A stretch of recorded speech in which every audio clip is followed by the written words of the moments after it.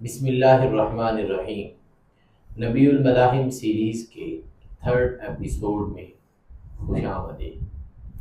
اس episode میں ہم دو باتیں ذکر کریں گے: اسلام کے پہلے 3 معرکے، ان کا مقصد اور اس پر کچھ تبصرہ و تجزیہ، اور دوسری بات ان 3 معرکوں سے ہمیں کیا سبق ملتا ہے۔ آج کی دنیا میں ہم ان 3 معرکوں سے اور سیرت کے اس اہم حصے سے کیا سبق اخذ کر سکتے ہیں۔ تو آئیے چلتے ہیں اپنی ایپیسوڈ کی جانب۔ اسلام کا سب سے پہلا معرکہ، جیسا کہ پچھلے ایپیسوڈ میں بھی ذکر ہو چکا، سریہ سیف البحر تھا۔ اسے سریہ حمزہ بھی کہا جاتا ہے چونکہ اس کے سپہ سالار حضرت حمزہ رضی اللہ تعالی عنہ تھے۔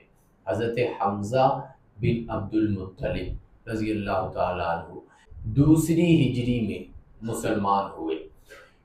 اس جنگ کے سپہ سالار تھے، یعنی اسلام کی پہلی جنگ کے سپہ سالار حضرت حمزہ بن عبد المطلب رضی اللہ تعالی عنہ تھے۔ یہ حضور کے چچا بھی ہیں اور حضور کے رضاعی بھائی بھی ہیں۔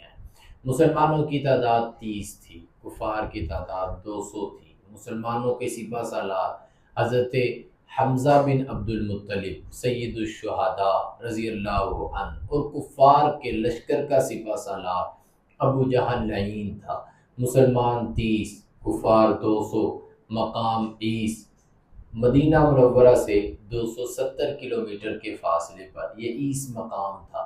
اسے سیف البحر بھی کہا جاتا تھا چونکہ یہ بالکل دریا کا کنارہ تھا۔ جس طرح جدہ دریا کے کنارے پر موجود ہے، بالکل اسی طرح جدہ سے تھوڑا سا اگلی طرف یہ مقام موجود ہے، جدہ ہی کی طرف آتے ہوئے راستے میں آتا ہے۔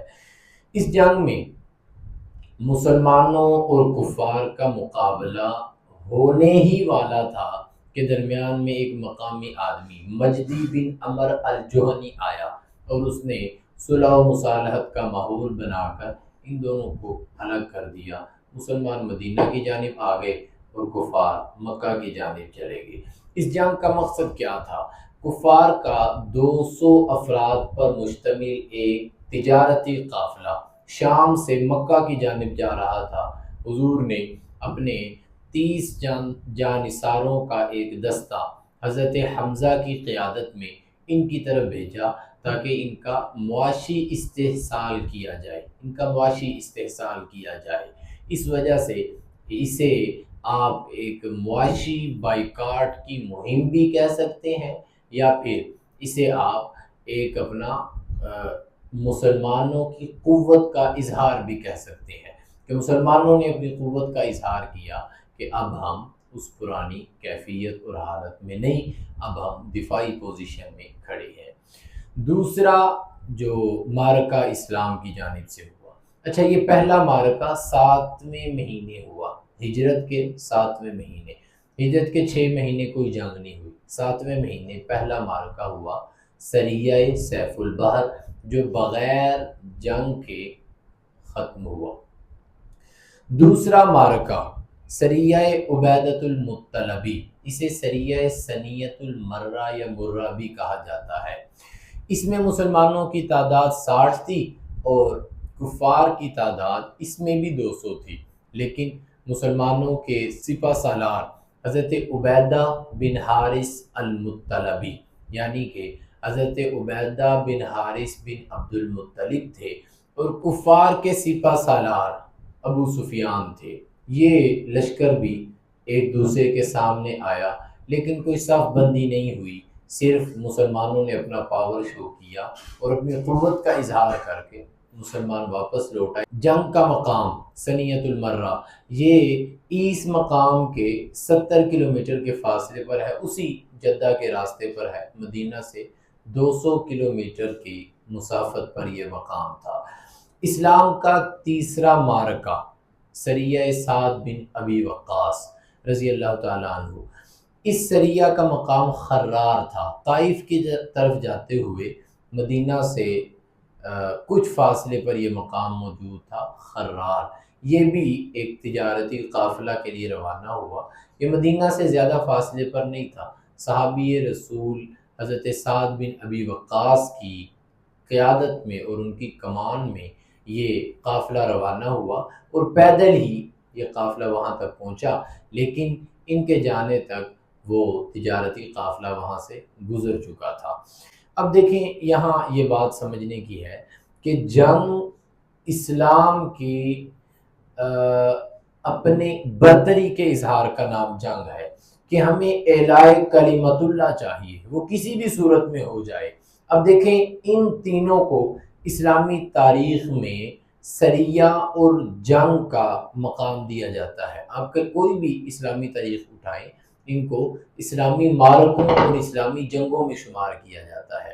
پتہ چلا اسلام میں جہاد کا جو کانسیپٹ ہے اس کا ایک ہی مقصد ہے، اور وہ مقصد اعلاء کلمت اللہ ہے۔ اللہ کا نام بلند ہو جائے، وہ کسی بھی صورت میں بلند ہو جائے، مقصد اور مطلوب یہ اعلاء کلمت اللہ ہے۔ اعلاء کلمت اللہ کسی بھی صورت میں ملتا ہے۔ اب دیکھیں پہلے معرکے میں بھی اسلام کی قوت اور برتری کا اظہار کیا اور صحابہ واپس لوٹ آئے۔ دوسرے معرکے میں بھی اسلام کی قوت اور اسلام کی برتری کا اظہار کر کے صحابہ واپس لوٹ آئے۔ اسی طرح تیسرے معرکے کا مقصد بھی اسلامی برتری کا اظہار تھا۔ اعلاء کلمت اللہ وہ کسی بھی صورت میں حاصل ہو جائے، مقصد جہاد اعلاء کلمت اللہ ہے۔ سیرت النبی ساری کی ساری سبق آموز ہے، لیکن ان واقعات سے ہمیں کیا سبق ملتا ہے؟